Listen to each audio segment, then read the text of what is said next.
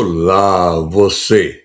Aqui o professor Luiz Wagner, dando-lhe as boas-vindas. Na alegria do reencontro para mais uma videoaula, desejo-lhe paz de espírito para uma perfeita compreensão do tema de hoje. Falaremos sobre o filtro da generalização. Daremos mais um passo para descobrir como opera nosso cérebro no processo de generalizar nossos comportamentos. Este é um outro modo de percebermos o mundo. A jornada rumo à maestria na comunicação continua.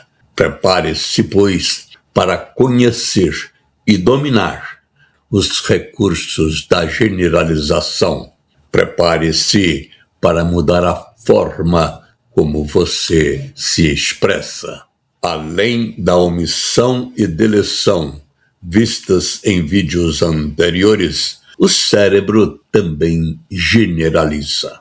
A generalização é um processo mental pelo qual o cérebro pega uma experiência específica e cria uma regra mais ampla e geral a partir dela. Em outras palavras, o cérebro aprende algo novo uma vez e passa a aplicar esse aprendizado a situações semelhantes. Mas por que o cérebro generaliza? Porque o mundo tem informações em demasia. A cada segundo, sons, imagens, sensações, emoções, palavras, cheiros e movimentos entram no sistema nervoso. Se tivéssemos que analisar tudo do zero o tempo inteiro, enlouqueceríamos. Então, o cérebro cria atalhos. A generalização é um desses atalhos mentais. Ela ajuda o cérebro a economizar energia, agir rapidamente, prever situações e sobreviver. Generalização é o processo de aplicar uma experiência, conceito ou característica específica a um grupo maior, muitas vezes ignorando exceções e nuances. E aí é que está o problema. Como funciona esse filtro? O filtro da generalização. O processo acontece assim. O indivíduo vive uma experiência. Dou exemplo. Uma criança toca numa panela quente e sente dor. O cérebro, então, cria um padrão. O sistema nervoso aprende que panelas quentes queimam. Então, o cérebro amplia a regra. Depois disso, a criança não precisa se queimar novamente toda vez para saber que uma panela quente queima. Então, o cérebro generaliza. Fogo quente é igual a perigo. Ferro quente é igual a perigo. Fogo é igual a perigo. O lado funcional da generalização é que depois que você vive uma experiência, você entende a lógica diante de situações futuras e semelhantes. O aprendizado é automatizado. Sem a generalização, não aprenderíamos rápido, não desenvolveríamos hábitos e, por isso, precisaríamos reaprender tudo diariamente. É a generalização que nos permite, pelo processo da repetição, aprender idiomas, dirigir um veículo, reconhecer as pessoas e desenvolver habilidades. Dou um exemplo simples.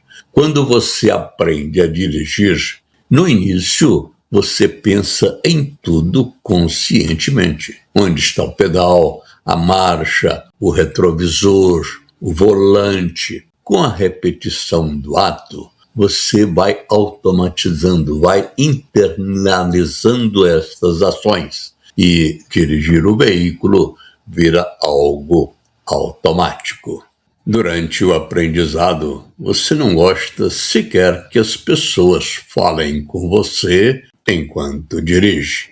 Depois que você aprende, depois que você generaliza, automatiza, aí você faz coisas incríveis enquanto está dirigindo, não é verdade?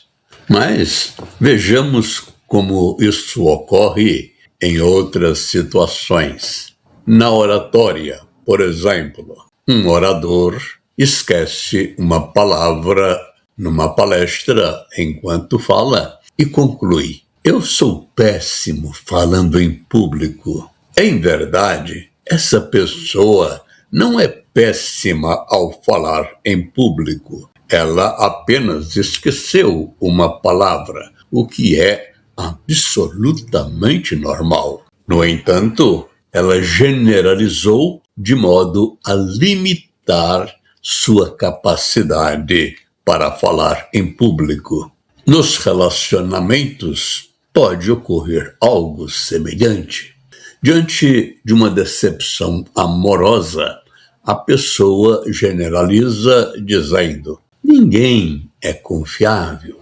Na vida profissional, uma crítica recebida no trabalho leva o funcionário a dizer: "Nunca faço nada direito." Vamos a mais alguns exemplos. A pessoa diz: "Você sempre faz isso errado." Esse sempre na frase sugere que a pessoa nunca acerta, o que pode ser um exagero. Outra frase: "Ninguém gosta de mim." Essa afirmação pode não ser verdadeira para todas as pessoas. As mulheres são mais emocionais do que os homens. Ora, essa frase estereotipa um grupo inteiro com base em uma característica subjetiva. É uma forma de generalização. Mais uma frase: "Esse produto é o melhor do mercado." Bem, isso pode não ser verdade para todos os consumidores ou em outros contextos. Uma pessoa diz: "Nunca tenho sorte na vida." Certamente, essa pessoa está ignorando momentos em que algo positivo pode ter acontecido em sua vida. As generalizações têm o seu lado empoderador e têm o seu lado limitante. A generalização se diz limitante quando ignora as possíveis exceções para as regras, quando ignora as particularidades e quando ignora os sentimentos que afetam a experiência. Quando isso acontece, a generalização cria preconceitos e barreiras. Podemos ilustrar esse lado limitante com uma generalização muito comum. Alguém vê e ouve pela mídia a notícia veiculada sobre o desvio de verbas parlamentares. Quem nunca? A realidade a ser percebida não deveria ir além da notícia vista e ouvida. No entanto, antes de ser assim processada como pensamento, ou seja, ser processada no seu mapa de mundo, ela é alterada pela crença que a pessoa já tem, originando-se assim o insight para a generalização: todo político é corrupto. Ao dizer isso, a pessoa generaliza todos os políticos sem considerar as exceções. Generalização semelhante acontece em relação ao servidor público quando se diz: todo servidor público aceita propina. Dou mais alguns exemplos de generalizações limitantes. Você adquire um carro novo, sai da agência dirigindo. Quando chega em sua casa, depois de rodar poucos metros ou poucos quilômetros, o carro apresenta um problema. E aí você generaliza dizendo: nunca mais compro um carro dessa marca. Como se as outras marcas jamais tivessem apresentado qualquer problema. Você senta numa cadeira de balanço e a cadeira quebra. Você diz: nunca mais sento numa cadeira de balanço.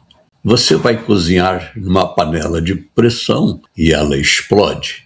E você diz: nunca mais uso uma panela de pressão. Você já deve ter observado que, a partir de uma experiência específica, nós generalizamos as experiências futuras, as experiências posteriores.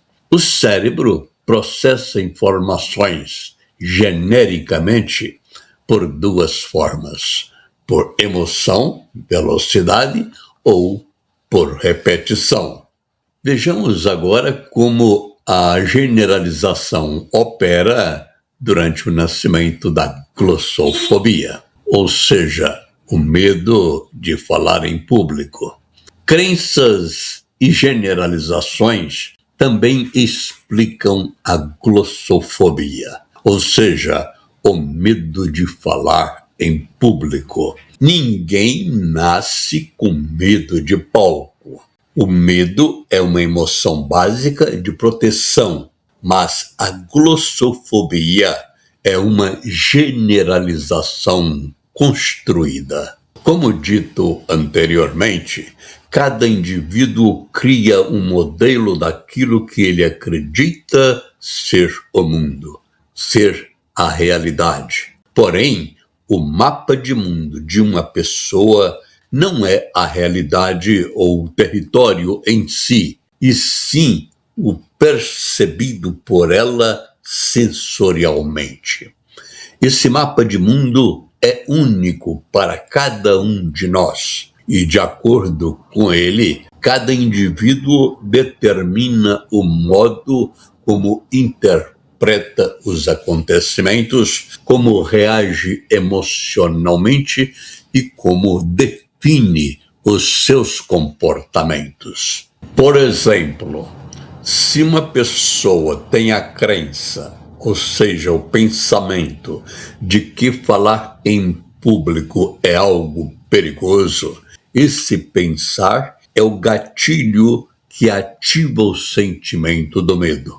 E este, por sua vez, determina o comportamento da recusa de falar em público. Essas crenças geralmente são instaladas desde os tempos de criança, quando os pais costumam dizer aos filhos: cala a boca, menino, você só fala bobagem, você parece uma matraca, boca fechada não entra mosca. Enquanto um burro fala, o outro murcha as orelhas. Essas crenças limitantes podem também ser instaladas na escola, quando um aluno não consegue bom desempenho na apresentação oral de uma lição. E aí nós crescemos e passamos a repetir estes comandos para nós mesmos, blindando o nosso potencial nos bastidores. E aí dizemos: não nasci com o dom da palavra, sou uma negação para expressar o que penso. Além dessas frases limitantes, ditas ou inspiradas por terceiros, outras tantas são ditas por nós mesmos, tais como: não nasci para ser estrela, não nasci com dom da palavra, nunca consigo falar bem em público, você pode me representar melhor, sou uma negação quando preciso dizer o que penso. A estrutura mental da glossofobia é construída e mantida em 3 partes: generalização, consolidação das crenças e ciclo de manutenção da glossofobia.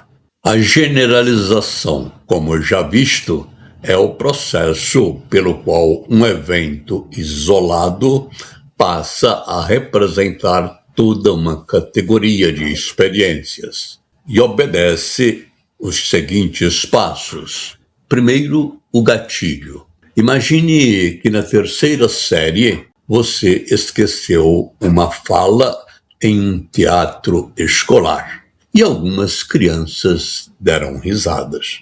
O passo seguinte é a generalização. Seu cérebro, para te proteger de sentir essa dor novamente, cria uma regra universal. Sempre que me exponho, as pessoas riem de mim. Ou então, falar em público é perigoso. E aí vem o resultado. Você para de ver cada palestra como um evento novo e passa a vê-las como uma repetição inevitável daquele trauma infantil. E então você diz: boca fechada, não entra mosca. O passo seguinte é a consolidação das crenças. As crenças são as verdades que aceitamos sobre nós mesmos e também sobre o mundo. Elas funcionam como profecias autorrealizáveis. E aí nós temos diversos tipos de crença. Por exemplo, crenças de identidade. Você diz: eu não sou um comunicador. Quando você acredita nisso, sua fisiologia responde de imediato. Suas mãos suam, sua voz treme e seu cérebro deleta as palavras, ou seja, aquele famoso branco. Outro tipo de crenças diz respeito à capacidade. A pessoa diz assim: eu não consigo manter a atenção das pessoas. Essa crença faz com que a pessoa ignore, omita os rostos interessados na sua fala, as pessoas interessadas em ouvi-la, e foca apenas na pessoa que olhou para o relógio, reforçando a sua crença de que está certa em ter medo de falar em público. Como as crenças são criadas por nós, dou mais um exemplo. Melville, sem qualquer preparo, tentou falar em público sobre um tema que desconhecia. O resultado foi um travamento constrangedor. A partir dessa experiência única, a mente de Melville criou uma regra rígida: falar em público é perigoso. Mais tarde, ele confidenciou o trauma ao seu amigo Pércio. Como uma crença é apenas algo que tomamos como uma verdade absoluta, Pércio adotou a história de Melville como se fosse sua. O resultado? Ambos instalaram em seus mapas mentais a mesma barreira invisível. Nunca vou me arriscar a falar em público. O palco é um perigo. E aí a glossofobia está criada. A glossofobia se alimenta de um ciclo fechado de filtros mentais. Veja no slide como esse ciclo se manifesta. Crença: eu vou passar vergonha. Filtro: Durante a fala, seu cérebro deleta os feedbacks positivos e empoderadores, ao tempo em que retém apenas os negativos. Distorção. Você interpreta um pigarro na plateia como um sinal de desaprovação total, ou seja, você distorce um fato para justificar sua crença de que vai passar vergonha. Finalmente, o reforço da generalização. Ao final, você sai do palco dizendo: viu? Falar em público é sempre um desastre para mim.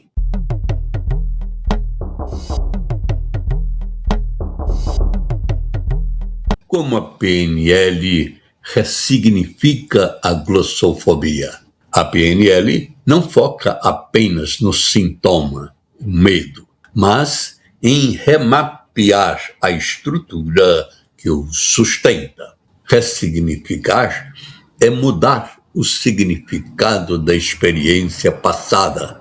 Por exemplo, o riso das crianças na terceira série vira coisa de criança e não um veredito sobre a minha competência. Dissociação da fobia é outro passo da ressignificação. Ajuda a pessoa a ver a memória do medo como se fosse um filme em preto e branco, tirando a carga emocional. E um outro recurso interessante, a instalação de âncoras, ou seja, criar um gatilho físico, como, por exemplo, pressionar o polegar no indicador, que dispara um estado de confiança extrema antes de subir ao palco. Outro passo na ressignificação é a mudança de foco. Em vez de focar na crença, o que eles vão pensar de mim, a PNL treina o orador para focar na crença: como eu posso servir a essa audiência com a minha informação? Ou seja, o foco está no outro, na sua missão.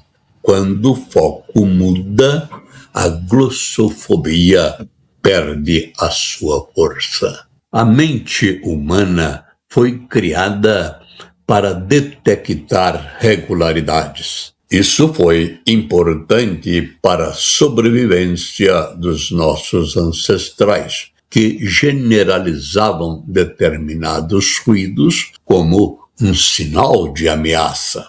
A generalização, quando limitante, ou seja, quando ignora exceções, quando cria preconceitos e barreiras, torna-se profundamente prejudicial na oratória. Isso ocorre quando o orador generaliza o fracasso dizendo: fiquei nervoso no momento de falar. Ou quando transforma medo em identidade, dizendo: sou um mau orador. Generalização negativa. Uma generalização saudável, não limitante, ocorre quando o orador aproveita a experiência para criar crenças empoderadoras. Dou o exemplo de uma generalização saudável. Fiquei nervoso na ocasião, mas posso melhorar com a prática. Como o orador pode usar a generalização a seu favor? Criando generalizações com afirmações positivas. Exemplo: consegui explicar bem hoje. Estou evoluindo. Posso aprender.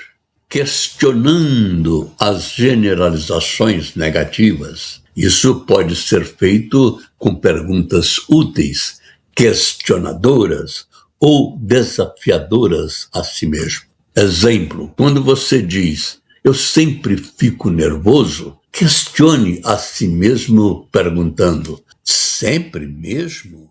Eu nunca fico tranquilo? Você também pode utilizar as generalizações a seu favor, questionando aquelas que são negativas. Isso pode ser feito com perguntas úteis, questionadoras ou desafiadoras, feitas a si mesmo.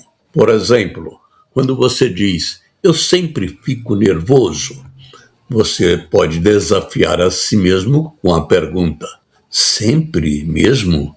Você nunca fica tranquilo? Todos estão me observando.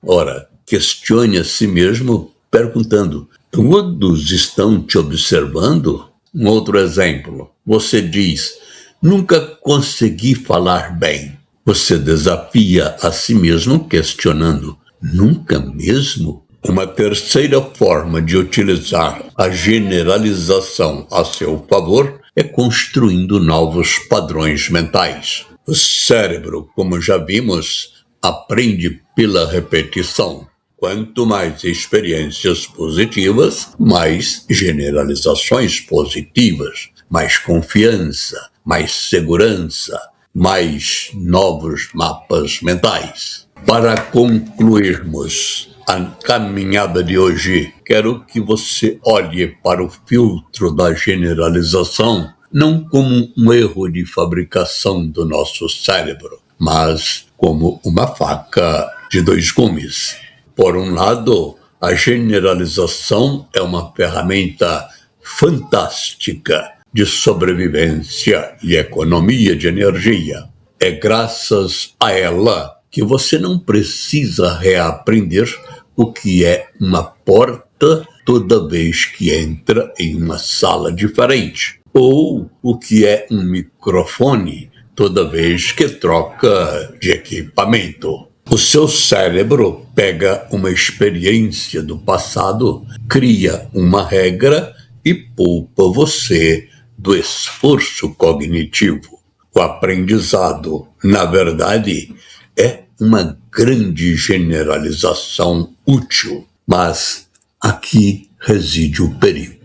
O mesmo mecanismo que nos protege é o mesmo mecanismo que nos aprisiona. Quando nós pegamos uma falha em público, um feedback negativo ou uma experiência de comunicação que deu errado no passado e transformamos isso em leis universais, como eu sempre travo, as pessoas nunca prestam atenção em mim, ou os jovens nunca têm foco, nós deixamos de mapear a realidade e passamos a operar no piloto automático do medo.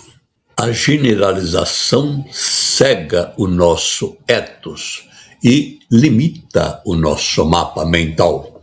Por isso, nossa aula de hoje é um convite para a calibração de nossos filtros. Da próxima vez que você pegar sua mente ditando uma regra absoluta sobre a sua capacidade ou sobre o comportamento do outro, faça a pergunta cirúrgica da PNL. Sempre, sem exceção, não permita que uma regra criada para economizar energia acabe economizando o potencial da sua voz. Desgeneralize, olhe o caso concreto, recupere a informação deletada e assuma o controle da mensagem. E aqui está a frase-chave para a sua reflexão. A generalização transforma experiências em regras. O problema começa quando uma experiência pequena vira uma verdade absoluta.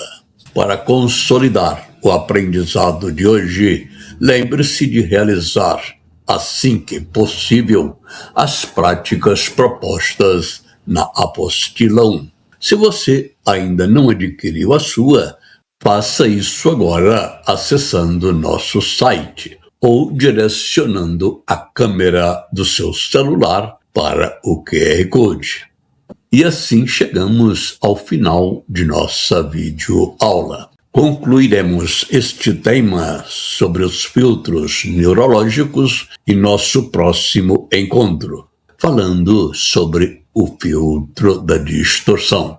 Até lá, até breve. Grande abraço, gratidão sempre.